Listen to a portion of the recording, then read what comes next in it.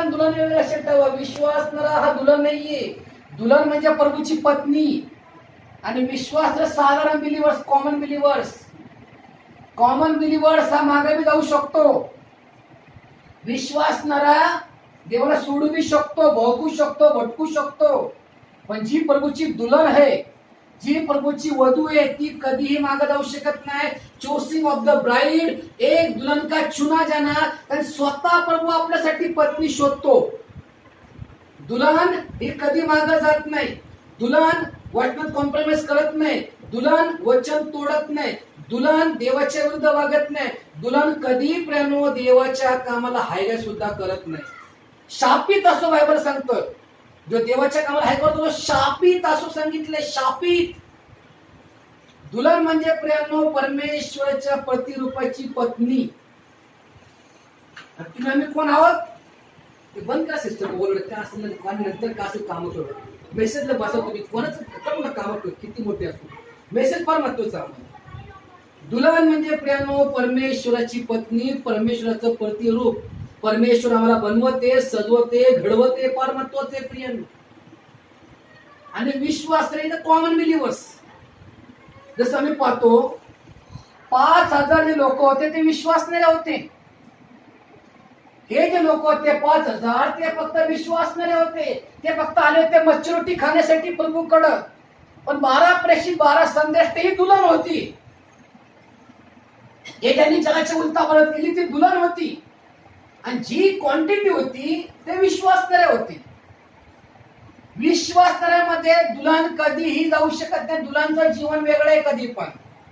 जसं अब्राम म्हणतो एलिजरला, आपल्या विश्वासू नौकरला, की माझ्या मुलासाठी, माझ्या इसाकसाठी तू त्या प्रांतात जा, त्या प्रांतामधनं अमुक अमुक तू दुल्हन आण. खबरदार जाऊ नको त्या कनान देशामध्ये ज्या ठिकाणी शापितपणा आहे बोले. अब्राम का बोला कनानला शापित? का आता कनान जो देश होता या नोआच्या बारक्या पोराला मिळणार होता. पण नोआच्या बारक्या पोरांनी आपल्या आई संगती व्यभिचार केला. म्हणून नोआ म्हणतो कनान शापित असो. म्हणा स्पष्ट म्हणतो या ठिकाणी अब्राम, खबरदार तिथनं आणू नकोस. इसाकसाठी जे आप्तजन असतील म्हणजे बिलीवर्स, विश्वासणारे, एकजुटीचे, एक मताचे, तिथनं मात्र मांडी खाली हात ठेव आणि शपथ घे. तेव्हा पण शक्ती होत्या. आईची शपथ, बापाची शपथ. पण तो मांडी खाली शपथ घेतली. मांडी खाली हात ठेवून शपथ घेऊन सांगितलं. माहिती त्याचा अर्थ का होतो मांडी खाली शपथ घेणं? म्हणून मुस्लिम लोक कधी पण मांडीच्या ह्याचा हाड खात नाही. ते हाड फेकून टाकतात. का तर अब्रामनी हात ठेवला होता एलिजरचा. मग त्यांना माहिती हे हात आम्ही खायचं ना म्हटणार कधी पण. म्हणून तो खाटी काय करतो, कुठं हाड फेकून टाकतो. म्हणून ते लोक मांडीचं हाड खात नाही. का तर त्या अब्रामानी एलिजरचा हात ठेवला होता मांडी खाली, म्हणजे शपथ घे. तवाच्या काळात दिलीच होती मांडी खाली हात ठेव आणि शपथ घे. आणि त्यांनी शपथ घेतली एलिजरनी. आणि एलिजर हा एक सच्चा व्यक्ती होता, वफादार. आणि त्यांनी सुद्धा प्रार्थना केली. आणि तो म्हणतो अब्रामला की कसं होईल? अब्राम म्हणतो प्रभूने आपला दूत पाठवून तो माहोल तयार केला. तू जा एलिजर, प्रभूचा दूत तुझ्या पुढे माहोल तयार करते. विहिरीचा टाइम, विहिरीकडे मुली दुपारी पाणी गेला तेव्हा तो प्रार्थना करतो एलिजर की हे अब्रामच्या ईश्वरा, इथं मी जिला पाणी मागेल, जी मला पाणी पाजेल, जी उंटाला पाणी पाजेल, वळकून जाईल तुझ्यापासून. लोक कसे होते पहिले? हो द्या गडबड होती का? तवाची लोक प्रार्थना करून सगळ्या गोष्टी करत होते. इथं अब्रामने प्रार्थना केली, मांडी खाली शपथ. एलिजर म्हणतो विहिरीपाशी दुपारचा टायमिंग आहे, मला ताण लागली आहे, उंटला ताण लागली आहे. तो प्रार्थना करतो त्या ठिकाणी. प्यासा प्रार्थना करतो कुएं के पास की हे अब्राहम के ईश्वर गॉड, इथं ज्या कुवारी मुली येतील यंग, जिला मी सांगेल बेटा मला पाणी दे, जी मला पाणी पण उंटला पाणी पाजेल, वळखून जाईल मी तुमच्यापासून, तुमच्या दासासाठी पत्नी. तिथं रिबेका येते. आणि तो रिबेका म्हणतो, रिबेका बेटा नाव माहित नाही म्हणतो, बेटा पाणी. बाबा काय म्हणते बाबा बाबा तुम्हाला पाणी पाजते. ते बाबाला पाणी पाजलं. बाबा म्हणजे बाप्पा असला तिने रिस्पेक्ट करता बाप्पाचं. आणि दिले तिने उंटला पाणी पण सुरुवात केली. 1 उंट 200 लिटर पाणी पितो. मग 10 उंटात किती पाणी वाजलं?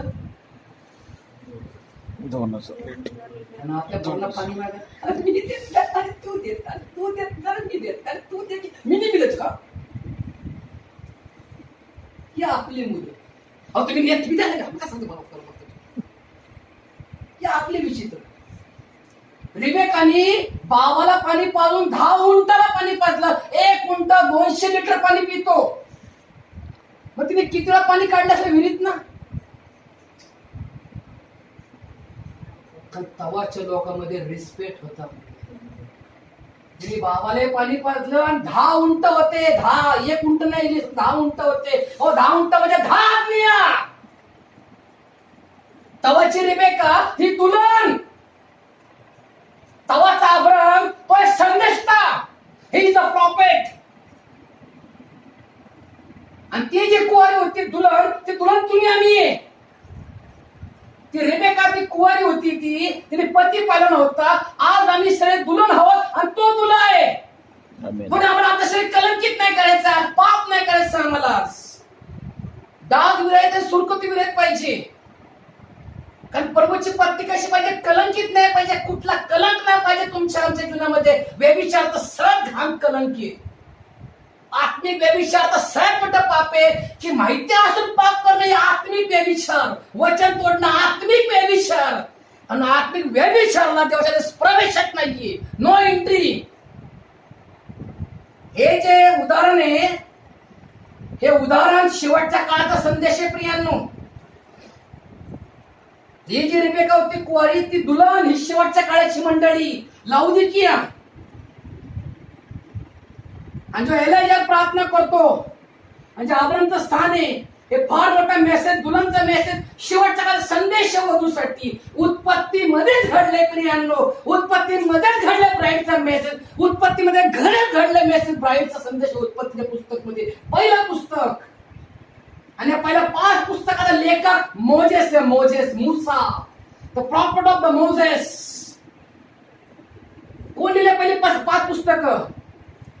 मोजेस लिहिलेलं पहिले 5 पुस्तक. मोजेस निर्गमध्ये येतो. मग तो कसा उत्पत्तीमध्ये गेला असेल? देवाच्या आत्म्याने. निर्गमामध्ये जन्माला मुलं असतात. निर्गम म्हणजे यात्रा. निर्गमाला जन्म झाला मोजेस. मग ते 5 पुस्तक कसे लिहिले? देवाच्या आत्म्याने, होली स्पिरिट. प्रत्येक काळामध्ये पवित्र आत्मा, होली स्पिरिट. हे फार मोठं रेव्हलेशन आहे तुमच्या समोर रिबेकाचं. त्या रिबेका समानच आमचा पाक आणि पवित्र जीवन पाहिजे प्रियांनो. त्या रिबेकाने बाबाला पाणी देऊन, तिने बाबाचा रिस्पेक्ट करून त्या 10 उंटाला पाणी पाजलं. आणि ते 10 उंट म्हणजे 10 कमांडमेंट. उत्पत्तीमध्ये मोजेसच्या आज्ञा भेटल्या आणि उत्पत्तीचा जनक मोजेस. म्हणून 10 उंट होते एलिजाकडे. आणि आपण म्हणा 10 उंट होऊन जा सांगते, 1 उंट होऊन 10 उंटावर काय होतं माहिती? काय होतं 10 उंटावर?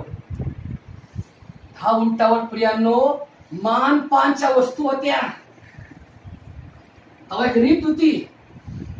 तेव्हा लोक यायचे ना, तेव्हा किसमिसचे ढेप, गुळाचे ढेप, किसमिसची भाकर असे त्या टायमाला जे असायचं मागणं की इतर ते घेऊन यायचे. पाहुणचार करायचे. पाहुणचार करणं ही तुमची सेवा आहे. तवाचे लोक 10 उंटा पाठवायचे पाहुणचारासाठी. आता 2 किलोची पिशवी पाहुणचाराला कमी पडते. ती पण 5 रुपयाला मिळते पिवळी एवढी शॉर्टकट मध्ये. तवाचे लोक उंटावर, उंटावर किती बोज असेल? तवाचे लोक उंटावर घेऊन जायचे दासाला. घेऊन जा. येरवंची म्हणतो, अरे माझी पत्नी मला माहितीये ज्या हय्या याजक माझ्यासाठी प्रॉफेसी केली आहे, तू जा. मला माहितीये मी चुकलो बोले, मी झाला कलंकित केले त्या मूर्ती पूजेमध्ये, पण तू जा. एकदा चान्स देऊ मला देईल. याला म्हणतो तू माझी पत्नी आहे, हय्याकडे जा, पण जाता निघणार नको, कारण तो एक संदेश आहे. वेश पालटून जा. त्याला भाकरी घेऊन जा, त्याला मध घेऊन जा, त्याला मानपान घेऊन जा, खाणं पिणं घेऊन जा. का? तो एक संदेश काय बोले, त्याने माझ्यासाठी प्रॉफेसी केली, मी इस्रायलच्या गादीवर बसेल. यहू यरोबाम याराबांसाठी प्रॉफेसी होती, पण याराबांनी काय केलं, स्वतःच्या स्वार्थासाठी 2 तिथं उंदर तयार केले आणि इस्रायल म्हणजे हेच तुमचा गॉड भजा. म्हणजे कित्येक वेळा प्रियांनो आपण आपल्या स्वार्थासाठी मूर्ती पूजा बी करतो कधी कधी, आणि याला क्षमा नाहीये. आपल्या थोड्याशा स्वार्थासाठी कॉम्प्रोमाइज केली. तो जेरुसलेमचा राजा होणार होता, पण ही प्रजा जाऊ नाहीये त्या रहोबामकडं, शलोमोनच्या पुत्राकडं. म्हणून यरोबाम काय करतो, 2 उंदरं तयार करतो, म्हणतो हाच तुमचा गॉड भजा. याला स्वतःही मूर्ती पूजा आणि त्यांनाही मूर्ती पूजा. किती मोठं पातक. म्हणून आज मूर्ती लोक सुखी नाही, ते काही बनवतात. तोच आमचा गॉड. कसा असेल ते, सरपट्टाला प्राणी शॉपर, कोण म्हणतो सरपट्ट प्राणी शॉपर, रेंगरे प्राणी आपले दैवत केले. देवाला झाले राग हे पर्यंत. अरे काय लोक हे तर करायला लागतं का? येडी कॅथलिक लोक कधी सुधारायची? रोमन कॅथलिक कुठं जाऊ, मदर मेरी, संत ज्युपिटर, ह्याच्यामुळे ख्रिस्ता दाग धब्बा आहे. असं येशू म्हणला का मला असं करा म्हणून? करतो कधी आम्ही येशूला? अरे काय करायची गरज आहे? येशू म्हणतो फक्त तू गुडघे टेक, मला आवाज दे, मला हाक मला, मी तुझ्या समोर दे. येशू म्हणला का एक काम कर, आता मला लांबच भेटायला 1000 किलोमीटर, मोठी गाडीच करा, 50 माणसाची लक्झरी गाडीच आणा, 4-5 बकरेच आणा, उलटा पडायच्या कोंबड्याच आणा. येशू काय घालतो आम्हाला? येशू म्हणतो मला तू हाक मार, मी तुला उत्तर दे. तुम्हाला आवाज दे, मी तुला उत्तर दे. तुम्हाला मला तू बोल, मी कार्य. तुला मी कधी सोडणार नाही, तुला मी कधी टाकणार नाही, तुला मी कधी अंतर देणार नाही. तू फक्त मला हाक मार, मी तुझ्या बरोबर आहे. पाण्यात चालशील, तुझ्या बरोबर आहे. आगीत चालशील, मी तुझ्या बरोबर आहे. डोहात जाशील, मी तुझ्या बरोबर आहे. तू जाशील तिथं, मी तुझा परमेश्वर तुझ्या बरोबर आहे. हाय कुठला कोणाचा प्रॉमिस करतो? फक्त येशूच का? कारण तो जिवंत पवित्र पाक आहे. त्या समान कुठला गॉड नाही या जगात. म्हणून प्रियाला लक्षात ठेवा, कधी कॉम्प्रोमाइज कोणता जीवनामध्ये. थोड्याशा सुखासाठी कॉम्प्रोमाइज करतो, त्या आगीत जाऊन कोण पडेल त्या नरकाच्या फपाट्यामध्ये? न्यायाच्या टाइमला न्याय होणार आहे, तर न्यायाच्या टाइमला ते म्हणून बाबा आला काही तर लवकर ये. हा काय केलंय यांनी? हो मायकल गॅब्रियल प्रभू हे केले टाक तर वरती चान्स नाहीये आम्हाला. ही तर पश्चाताप करू शकतो. म्हणून कुणासाठीही प्रियाला लक्षात ठेवा, लाईफ मध्ये आपली लाईफ खराब करू नका. कधी कधी दुसऱ्यांचे अश्रू पुसता आपल्या डोळ्यामध्ये अश्रू येतात. हे नेहमी लक्षात ठेवा. कधी पण दुसऱ्यांच्या अश्रू पुसता आपल्या डोळ्यामध्ये अश्रू येतात. असं करू नका प्रियांनो. निवड प्रत्येकाची वेगळी आहे. तुमच्यासाठी मी फक्त प्रार्थना करू शकतो, उदार फक्त येशू देऊ शकतो तुम्हाला.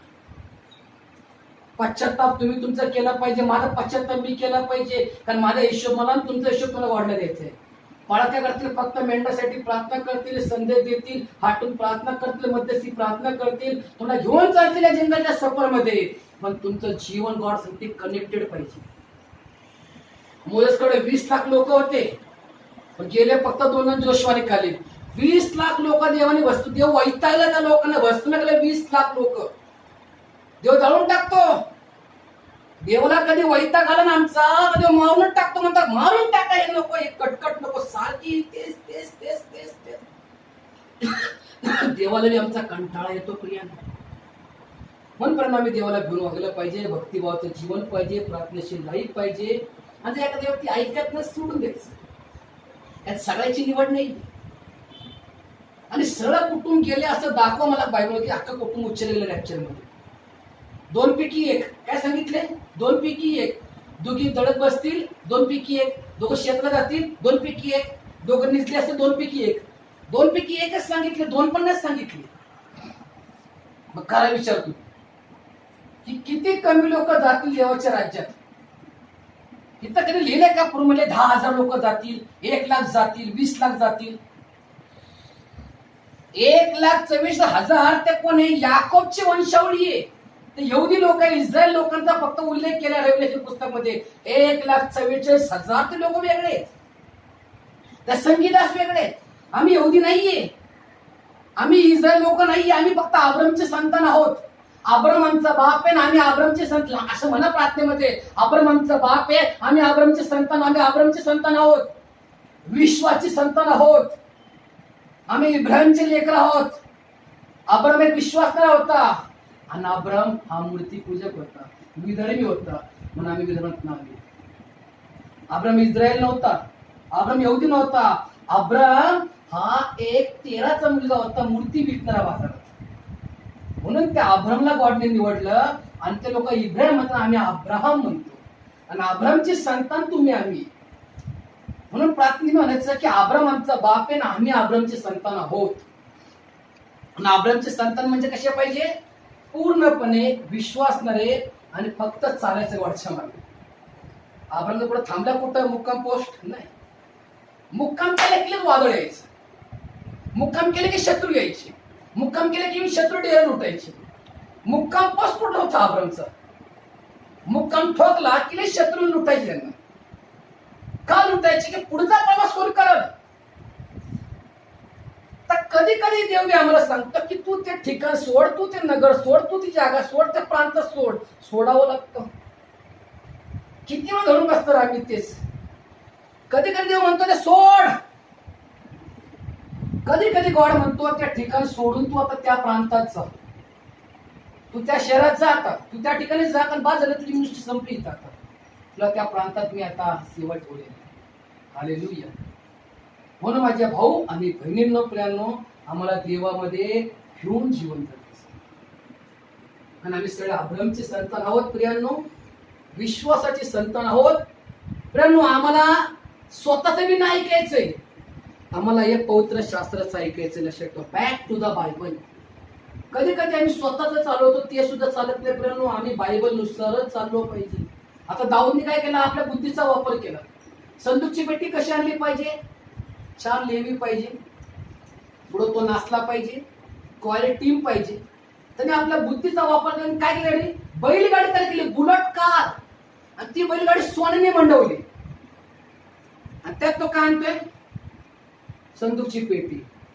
म्हणून आज सगळ्या गाड्या लागतात तशाच.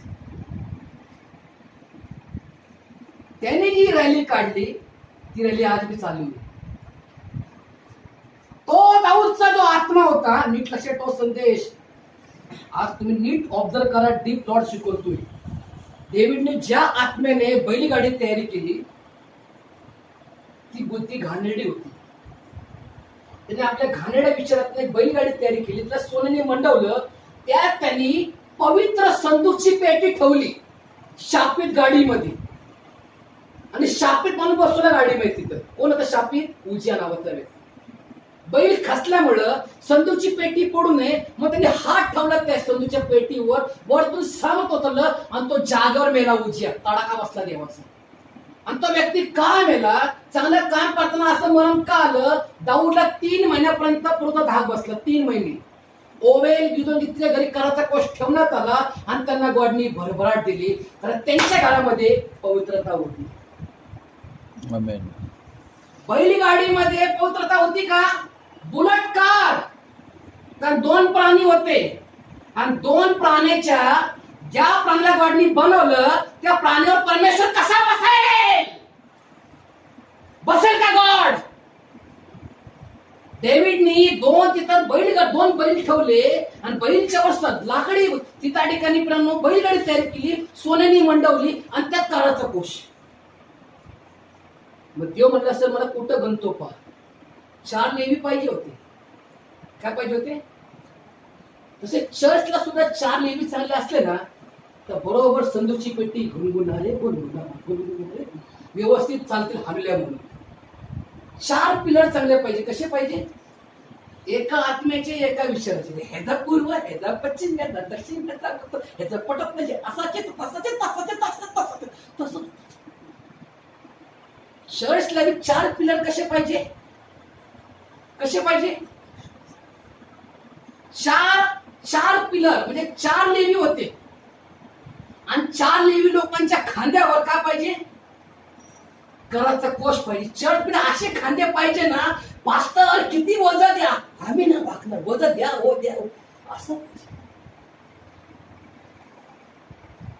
तेव्हा ती सेवा आणि मिनिस्ट्री उक्ती करेल.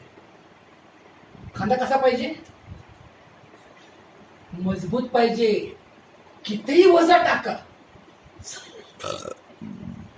म्हणून प्रभू श्री ख्रिस्त गाढवावर का बसला? गाढव एक असा प्रार्थनी डोंकी आहे, किती वजा टाका तो ओरडत नाही. तो कधी ओरडतो?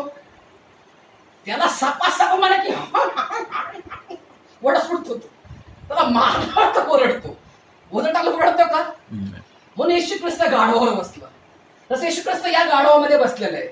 मग गाढव तुम्ही किती करा, गाढव शांत राहा, प्रार्थना करा, शांत राहा, तेव्हाच राहा, मस्त राहा, प्रार्थना करा. पळा का तर प्रेयर करा, चांगलं राहा, प्रार्थना करा, देवाकडे या, प्रेयर नका बोलू. त्यांचं काय म्हणणं असतं? प्रेयर करा, प्रार्थनेत राहा, प्रार्थना बुडू नका, वचन सोडू नका. बाकी तुम्हाला काय सांगतात ते? बाकी मागतात कधी ते? जे नम्र लोक असतात ना, त्यांचं हेच म्हणणं असतं की प्रार्थना करा, बाकी काय म्हणत नाही तुम्हाला ते. लांब अश्वाला लांब राहिले तुमच्या ह्याच्यावर. मला की 3दा पटला वाचक नका करू, तुमच्या ह्याच्यावर. ब्लेस्ड तो मार्ग आहे. म्हणून प्रभू येशूने गाढवावर बसून ते यरुशलेमला आले. म्हणून आज जे खरे गाढव आहेत जगामध्ये, ते गाढवाचाच येशू बसले. आणि ते गाढव काय करतात? वजन घेऊन चालले तास आणि प्रचारच करतात. आणि त्यांना वाटत तेच कामले की तुला असंच माझ्याकडे यायचं वजन घेऊन. म्हणून 4 लेवी कसे पाहिजे? लेवीच का लॉर्डने निवडले? लेवी लोक त्या टायमाला पवित्र होते. लेव्यांची निवड देवापासून होती. आणि संदूकच्या पेटी पुढे कोणतरी डान्स केला पाहिजे. कोण पाहिजे पुढं? म्हणून जेव्हा मोचन येतं तेव्हा त्याच्यावर परमेश्वर आराधना पाहिजे, स्तवन पाहिजे, स्तुती पाहिजे, महिमा पाहिजे, गौरव पाहिजे. मेसेज यायच्या अगोदर आराधना पाहिजे. म्हणून आराधना जास्त करावी लागते आपल्याला. जेव्हा तुम्ही आराधना करता तो तिथं परमेश्वराचा माहोल तयार होतो. तिथं अग्नीचे ढग उतरतात, पिलर ऑफ फायर उतरतो, एंजल्स उतरतात. आणि जेव्हा तो माहोल तयार होतो, जेव्हा ती भट्टी तयार होती, तेव्हा संदेश येतो आमच्यामध्ये. आणि तेव्हा परमेश्वर तुमच्याशी बोलायला सुरुवात करतो. आणि मग देव तुम्हाला अशा काही गोष्टी शिकवतो की ज्या गोष्टी कधी आम्ही ऐकल्या नाही, कधी वाचल्या नाही. अशा गुप्त घन गोष्टी परमेश्वर प्रकट करतो. म्हणून प्रेम लक्षात ठेवा प्रेम, आम्हाला मूर्ती पूजेपासून नेहमी लांब राहायचं. देवाला वीट आहे प्रेम मूर्ती पूजेची. 3 गोष्टी कधी करू नका. मूर्ती पूजा करू नका, व्यभिचार करू नका, आणि जत्रेमधला मांस कधी खाऊ नका. पौल सांगतो, संत पौल हा विधर्मी लोकांचा संदेष्टा होता आणि स्पष्ट सांगितलं त्या ठिकाणी, नॉट कॉम्प्रोमाइज. कुणासाठी कॉम्प्रोमाइज करू नका प्रेम लोकांना, तुमची लाईफ बरबाद होईल. मूर्ती पूजा करू नका, जत्रेमधले मांस खाऊ नका, आणि व्यभिचार कधी करू नका. व्यभिचार तर सगळ्यात मोठं घाणेरडा पाप. या व्यभिचारात चांगले जास्त पडले. दाऊद सारखा व्यक्ती पडला. विचारा, दाऊद सारखा व्यक्ती पडला. दाऊद ज्याला स्तवनाचा आत्मा होता, जो आत्म्यात प्रार्थना करता, जो 7 वेळा आराधना करता, 3 टाइम प्रार्थना करायचा, एवढा मोठा उपासक, एवढा मोठा संदेष्टा, एवढा मोठा देवाचा आवडता. देव साक्षी देतो की दाऊद सारखा राजा नाहीये आणि त्याच्यावर मी संतुष्ट आहे. अशा खऱ्या व्यक्तीकडनं ते पाहता घडलं. दाऊदला 700 राण्या 800 राखील होते. किती होते? 700 राण्या 800 पत्नी, बाकी तर वेगळ्या डॅम मधले. एवढं असून सुद्धा ते तृप्त नव्हते. शरीरचा पाप असं असतं घाणेरडं, तृप्त होत नाही माणूस. व्यभिचार, देवाला ते पाप कधी आवडत नाही. वचन सांगतात, तुम्ही जर चित्राकडे बघून जर विचार केला घाण, तर ते व्यभिचार केल्या सामान्य. आणि जे केलं बापाने तेच केलं पोरांनी शिकतो. दाऊदनी एवढा पाप केलं त्या ठिकाणी. दाऊदनी त्याच्याहून जास्त पाप सलमान राजाने केलं. त्याने गीत रत्न, नीतीसूत्र, एवढे मोठमोठे उपदेश, मोठे संदेश दिले. तो आता त्यांनी तर मूर्ती पूजा केली संपूर्ण. बापाने व्यभिचार केला आणि त्याने मूर्ती पूजा केली. आणि या दोन्ही गोष्टी धाडने सांगितले करू नकोस. या 10 आज्ञा त्या मोजेसकडनं नियमशास्त्राला त्यात लिहिले की व्यभिचार करू नको आणि मूर्ती पूजा. आणि दोन्ही गोष्टी यांनी अभिषिक्त लोकांनी केल्या. आणि शेवटी दोघांनाही आयुष्यावर भोगावं लागलं. दाऊदला माहितीये थंडी वाजून तो मेला. थंडीचा आजार जडला त्या दाऊदला. आणि थंडी वाजून वाजून वाजून तो मेला. आणि शल्मनचं मरण तर लिहित नाही. शल्मन कुठं गेला हे बी नाही बायबल सांगतो. त्यांनी सगळ्यात जास्त देवाच्या वेद्या काढून त्यांनी तिथं मूर्तीच्या वेद्या बांधल्या आणि त्यांनी सगळ्या प्रांतामधल्या बायका केल्या. सगळ्या प्रांतात त्याला बी 800 का 900 पत्नी त्याला भरपूर त्याला होत्या पिढीनं. त्यांनी तिथं सगळ्या देशातनं आणल्या मूर्तीपूजन आणि त्यांनी सगळी मूर्तीपूजा आणली येरुशलेममध्ये. काय झालं शेवटी शल्मोनचंही पतन झालं. सॅमसन नाझीर होता. एंजल्स म्हणला केस कापू नका, हे जे केसात ताकद आहे, हे जे बटात ताकद आहे, हा नाझीर आईच्या गर्भापासून वस्त्रा डोक्यावर फिरू नका कधी म्हणून सांगितलं होतं सॅमसनला. परंतु सॅमसननी काय केलं, आपले मनचे भेद पुन्हा सांगितलं. दिलायला वेश्या स्त्री होती डिलायला. तिला आपले भेद सगळे सांगितले आणि तिने थोड्याशा पैशासाठी सॅमसनचं टकलं केलं. देवाचे केस कापून टाकले पुढे आणि सत्य शेवटी सॅमसनला भयानक मरण आलं. हे लोक अभिषिक्त होते, पॉवरफुल होते. सॅमसन, डेव्हिड, शल्मोन राजा, बिलाम पॉवरफुल माणसं होते, हे स्ट्रॉंग होते होली स्पिरिटनी. अहो ह्यांचं असं झालं असं तुम्ही आम्ही काय, आम्ही कुठं जमा आहोत? आम्ही एवढा पण अभिषेक मी टिकत नाही. म्हणून बायबल मध्ये सांगतं की तुम्ही त्यांच्या टाकल्यावरून शान बना. कशामुळे त्या पापात पडले आणि पापाचं वेतन हे मरण आहे प्रियांनो. पोटचं फळ असलं तरी कॉम्प्रोमाइज करू नका प्रियांनो, कारण पोटच्या फळाचा हिसाब किताब वेगळा आहे आणि तुमचा आमचा हिसाब किताब वेगळा आहे. कारण माझा हिशोब मला गॉडला द्यायचा आहे, तुमचा हिशोब गॉडला द्यायचा आहे. हा न्यायाचा टायमिंग चालू आहे. हा ज्याची निवड आहे त्याला परमेश्वर कसंही आणतो, ज्याला निवडले त्याला परमेश्वर साफसफाई करतो, ज्याला निवडले तो कसाही वरती जाईल देवाच्या राज्यामध्ये. पण ज्याची निवडत नाही तर त्याला खतपणी टाकू नका. काय उपयोग नाही खतपणी टाकू. एक वचन मला सांगतात की डुकरापुढे मोती टाकू नको, डुकला मोत्याचा मोल नाहीये. तुम्ही कितीही वचन सांगा समोरच्या व्यक्तीला, अरे तो ऐकत नसेल तर काय उपयोग सांगून वचन त्याला. आज मी व्यक्तीला 30 वर्ष सांगतो व्यक्ती ऐकत नाही, सोडून दिला विषय. 30 वर्ष सांगतो व्यक्ती ऐकत नाही, पण मला हे डुकर सोडून दे. डुकराच्या पुढं किती मोती टाका, डुकरला मोत्याचा मोल, मोती देवाचं वचन. आज कित्येक वेळा आम्ही सांगतो ऐकले बाबा, ऐकले बाबा, ऐकले बाबा, तर काय ऐकत नाही. अहो आमचा घासान, आमचा तोंड, आमचा जबडा दुखतो सांगून सांगून. ज्याला आणायचं त्याला परमेश्वर कसंही आणतो. अहो ज्याला निवडलंय त्याला परमेश्वर कसंही बोलवतो आपल्या मार्गात. त्याला फोर्स करायची गरज पण नाहीये की येतो का बाबा चलतो का. त्याला आत्मावर देतो, अरे स्वीकार आहे, खरं आहे. देवाच्या लोकांना आवाज देतो, आत्मा रे खरं आहे, हा सच्चा गॉड आहे, जा आहे प्रभूकडे. मी 4 दिवसापूर्वी फिल्म ऍक्टर होता, फिल्म ऍक्टर चेन्नईचा. त्यांनी सगळं सोडून दिलं फिल्म लाईन आणि काय प्रीचिंग केली जबरदस्त. मला इज द वन गॉड, माझी लाईफ चेंज करणार फक्त is the living God, the promise of the God only Jesus Christ. तो एवढा मोठा ऍक्टर, तर मला मी लाईन सोडून दिली फिल्मी लाईन. म्हणला परत मी गेलो ना बिलकुल फिल्म शिकण्यामध्ये त्या कॅमेरे खाली बोलली. का तर मला सच्चा गॉड कळला. हे is the living God, my life, my strength, my hope, my love, only one Jesus Christ.